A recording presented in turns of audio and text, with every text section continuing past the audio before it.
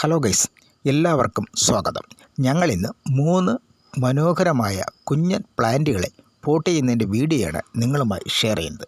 നിങ്ങളീ കാണുന്നതാണ് ആ 3 കുഞ്ഞൻ പ്ലാന്റുകൾ.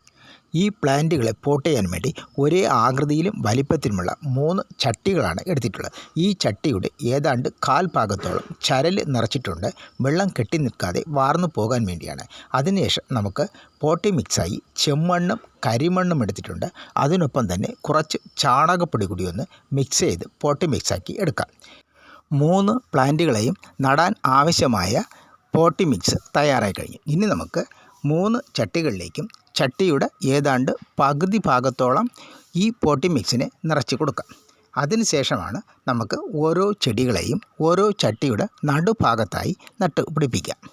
3 ചട്ടികളിലും ഏതാണ്ട് പകുതി ഭാഗത്തോളം പോട്ടി മിക്സ് നിറച്ചു കഴിഞ്ഞു. ഇനി നമുക്ക് പ്ലാന്റുകളെ അതിലേക്ക് നടാം.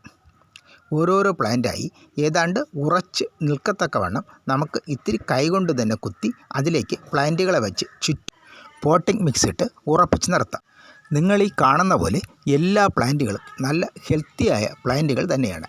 നമ്മളിപ്പോൾ 3 പ്ലാന്റുകളെയും നട്ട് കഴിഞ്ഞു. ഇനി നമുക്ക് മറ്റൊരു വീഡിയോയുമായി കാണാം. Good bye.